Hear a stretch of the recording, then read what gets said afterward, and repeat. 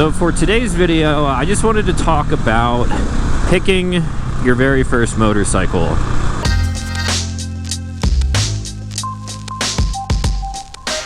What's going on, everyone? Back with another episode of Stuff and Things. It's time for another Moto-Monday. So today, I'm out here on the Husky 701 Supermoto. We're going to go for a ride and talk about a topic that you guys suggested in the last Moto-Monday video when I took the Grom out.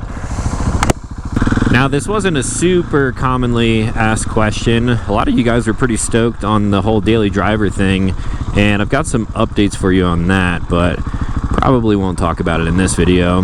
I did, however, get a few comments asking about buying a motorcycle for the very first time. What do I recommend? What should you look for? How do you learn how to ride? And this is probably a topic that we could break up into multiple videos.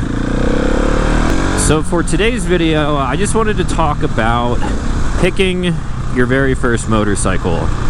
Now, how am I qualified to talk about something like this? I'm really not. I'm just a motorcycle enthusiast. I've been riding all sorts of different motorcycles for the past like 14 years or so. I've ridden everything from Harleys to sports bikes to supermotos, enduros, dirt bikes, little things like Groms and scooters. I've ridden quite a lot of bikes, and I think I have a pretty good opinion on what a first-time motorcycle rider or first-time purchaser should really look for.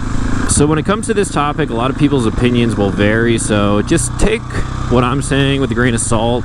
What I'm about to tell you is not end-all be-all. They're just pretty good suggestions that I believe most people could probably agree on. When you're out there looking for your very first motorcycle, I'm going to assume that you're not very experienced with riding any kind of motorcycle, so there are a few different factors that you want to consider. The first and most important is probably going to be the actual size of the motorcycle, like the physical size, the seat height, the wheelbase. How big is the motorcycle? How heavy is it? You don't want to start off on a huge motorcycle that you're not even comfortable sitting on. Now, to throw things back quite a bit, when I was young, I was a teenager, I was getting my first motorcycle. I didn't really have any good people to ask, like, hey, what should my first bike be? So I had a friend who also rode motorcycles, and he happened to be selling, I believe it was a 2004 CBR 600 F4i. That was my very first bike that I've owned for about 2 years. Was it a good first bike? Not necessarily. I mean, it worked fine for me. However, that's not something that I can truly recommend, because when you're looking into the sport bike realm, a 600cc sport bike is pretty dang fast. It can get you in trouble quickly. It's not the easiest bike to learn on because the seat height is a little bit taller, not quite as tall as a traditional CBR 600. The F4i sort of had that like banana seat. And then riding a sport bike, being super upright and having to actually like learn how to lean into corners and stuff like that, it's just not a good experience if you're completely starting from scratch. So when it comes to the size, generally you want a bike that you are just straight up comfortable sitting on top of. The seat height is going to be the main thing here, depending on how tall or short you are. You generally want to be touching the ground with at least one complete flat foot with the bike stood upright. Let me actually turn over into this little community here so I can give you guys a little rundown of what I'm talking about. So the bike that I'm on right now, Husky 701 Supermoto, not a great first bike that I would recommend to first-time riders. Great bike overall, but if you've never really sat or ridden on a motorcycle before, this is probably not going to be for you. So I'm about 5'10". Let's actually turn off the motor so you can hear me a little bit better. So at 5'10", 5'11", when I have my right foot on the rear brake over here, I can flat foot this bike. As you can tell, the bike is basically straight upright and my left foot is completely flat on the ground. I would say at minimum, you want to be able to have at least the ball of your foot on the ground, or ideally, if you can flat foot both feet on the ground, that would be probably the easiest bike to learn on. Now, the reason for being on a bike where you can actually touch the ground is obviously for stability. When you're riding motorcycles, the slower you are going, the more difficult it is to keep your balance, just like riding a bicycle, really. So right here, if I'm making a really slow left-hand turn, I'm using way more of my balancing skills than if I were driving at speed and like going around a corner. So Riding motorcycles at a slow speed is probably one of the more difficult things when you're learning how to ride. So you want to be able to get your foot down and keep the bike stable while you're moving at slower speeds. The next thing, not quite as important, but I guess we could talk about the wheelbase. Generally, a shorter wheelbase motorcycle would be a pretty good fit for most people. If you have something with a really long wheelbase, extended forks or something like that, generally your turning radius is going to be a lot larger and it's not going to be as comfortable to ride, and especially to learn how to ride a motorcycle with.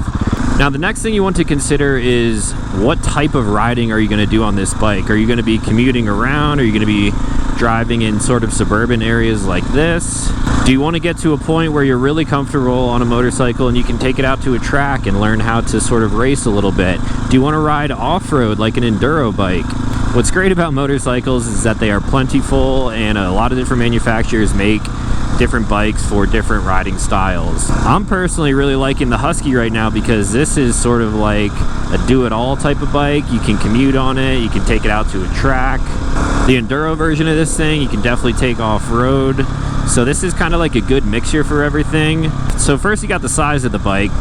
Do you fit on it? Does it feel good? Everything feels ergonomic to you? And then two, what do you want to do with the motorcycle? The third thing would be the actual displacement of the motorcycle. So generally, if you're looking at, say, like the Harley brand, one of the most common motorcycles that Harley has sold for years and years now is the 883 Sportster, and I think that would be a pretty good starting point. An 883 is some pretty big displacement, so that bike is going to get up and move. If you think you can control yourself and you would be comfortable with a bike like that, then sure, I think that's something that I could probably recommend. But at the same time, if you take displacement of an 883 and move that over to something like a sport bike, even like a 600 sport bike, like I mentioned, I would not recommend that. The power output is drastically different. They are super fast and it's not good to learn on. Now, if you're going from an inline four to something like a V-twin, V-twins are going to have more torque. It might be a little bit easier to ride, but still, I would suggest that you just start small. Maybe you shouldn't even buy a motorcycle up front. Maybe you should learn how to ride on something like a dirt bike. Maybe find a friend who has a cheap bike and they don't mind scratching up in case you dump it or something like that. But if you are going to come out of the gate and just straight up buy a motorcycle, I would recommend starting small. Maybe something like a 450, a 400, or anything underneath that. There are so many great beginner bikes out there depending on what style of bike you want to ride. If you want to get into the sport bikes, there's a lot of companies like Honda and Kawasaki that are making 350s. Generally, they have a lower seat height, and it's a good first bike. I'm saying all of that to eventually get to the point of when you do get comfortable riding on a motorcycle, generally you are going to want something a little bit quicker and with more features. So speaking of the features, that's probably the fourth thing to consider. What type of features does the motorcycle actually have? Motorcycle technology has been increasing year after year, and there are so many good bikes out there. A few features that I would recommend looking into are bikes that are fuel injected. That's not really coming from a riding standpoint, it's simply just coming from like a reliability standpoint. There are some bikes that I've owned, like the DRZ from Suzuki. That thing was carbureted, and I still don't think they have changed it to be EFI yet. Generally, a fuel injected bike is going to be easier to ride than something that is carbureted because the throttle response is a lot smoother. When you're riding on a bike that's carbureted, there are chances that there is a little bit of throttle lag, and essentially you want to have the most responsive feeling bike right from the get-go. That way you can get the feedback from the bike so you know where your clutch is engaging, when you should shift. You want to know how the brakes feel in the front and rear. Having a really good responding bike is going to allow you to pick up on riding techniques a lot easier. Another thing when it comes to technology on newer bikes is stuff like this right here. This bike is basically an ABS model, so it does have traction control. That way, if I'm coming up to a stop sign like this and maybe some of that gravel on the right side of the road there, it's actually out onto the road. If I, for some reason, am not braking with proper technique and I lock up my front brake, instead of the tire locking up and sliding out from underneath me, it will basically use the automatic braking system and sort of like slow me down like you would basically feel in a car. So there's a lot of safety features on bikes like that nowadays, and that's definitely something to consider when purchasing your first bike. So this bike has traction control. It actually has two different power modes, so right now I'm in the most powerful mode, but If you were not comfortable with that, you can change the mapping on here, and now the bike is not going to be quite as touchy. It basically limits the power a little bit, and features like this can be found across all different manufacturers and all different kinds of motorcycles. So you find a bike that fits you, you find a bike that suits your style of riding, you find a bike with the right displacement, and you find a bike with the correct features. Those are basically my 4 tips that I can give you guys to sort of get into the market of buying a motorcycle. And I guess we could talk about suggestions now. A lot of people ask me when I'm out riding around on the Grom, they say, hey, is that a good beginner bike? It looks like a ton of fun. And I would say yes, the Honda Grom is a great beginner bike for most people. The seat height is low, the wheelbase is short, the clutch engagement and brakes and everything feel like a normal size motorcycle, but everything is just sort of scaled down, it's lightweight, and I have actually taught people how to ride motorcycle on my own personal Grom. Now, a lot of times people who start on a Honda Grom, they're going to get comfortable with riding fairly quickly, and then chances are they're going to want to upgrade to another motorcycle pretty soon thereafter. If you ever go down that exact path, I would recommend not selling the Grom, because even after riding for like 14 years, I still freaking love riding on the Honda Grom. It's just a super fun motorcycle, and anyone who hates on them, they've probably never ridden one. Now, a lot of people also compare the Honda Grom to the new Honda Navi, and the Honda Navi is something that I would really not recommend getting into if you truly want to learn how to ride a motorcycle. Sure, it would be good for commuting and sort of getting the feel of how to ride a motorcycle, but you're missing a lot of key components. Like right here, I'm using the clutch to slowly speed up, coming from a red light. On the right side of my body, I'm using my right foot and my right hand to access the front brake and the rear brake. The left side of my body is controlling the clutch and what gear I'm actually in. The Honda Navi is more or less a scooter. It's like a Honda Ruckus with a body kit on it. So you just have brakes up front, twist the throttle to go, and it's really not like truly a motorcycle, at least in my opinion, but sure, could be a whole lot of fun. Speaking of that though, Honda Navi and a Ruckus would be a good way to just straight up learn how to get like the feel of a motorcycle, counter steering, and all of the beginner tips that I could give you guys in a future video. But generally, I would encourage you to look for something that actually has a clutch, you can shift gears, and is basically more like a standard motorcycle.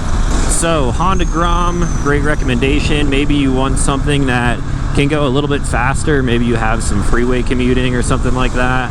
I guess based off of my experience, some things that I would recommend are the Yamaha WR, the WR 250. They have a 250X with sumo tires, sort of like the bike that I'm riding on now. That motor in particular is great, and it's probably going to be a little bit tall for most first-time motorcycle riders, but you could lower the suspension a little bit, and that bike will give you plenty of power to get around town, have some fun learning how to ride a motorcycle, but it's not going to really get you in trouble. Now, one step up from something like a Yamaha WR would be the DRZ 400. Again, that bike is carbureted, and it's going to be a lot heavier than the WR, or definitely heavier than the Grom, but it's still a pretty good bike as far as power is concerned. Again, that one is carbureted. They've been carbureted forever, so I would prefer something that's fuel injected, but that's just me. Again, what I'm saying is not end all be all. There are so many other manufacturers out there that I could recommend. I guess if you're a bigger dude and you have some good self-control, it wouldn't be a terrible idea to start with a 600. I would maybe consider something like an SV650, so you have the low end torque. It's just a straight up traditional motorcycle. It's going to be a little bit taller for any shorter riders out there, but that's always an option. An inline 4 sport bike starting from scratch, that's something, again, I really wouldn't recommend.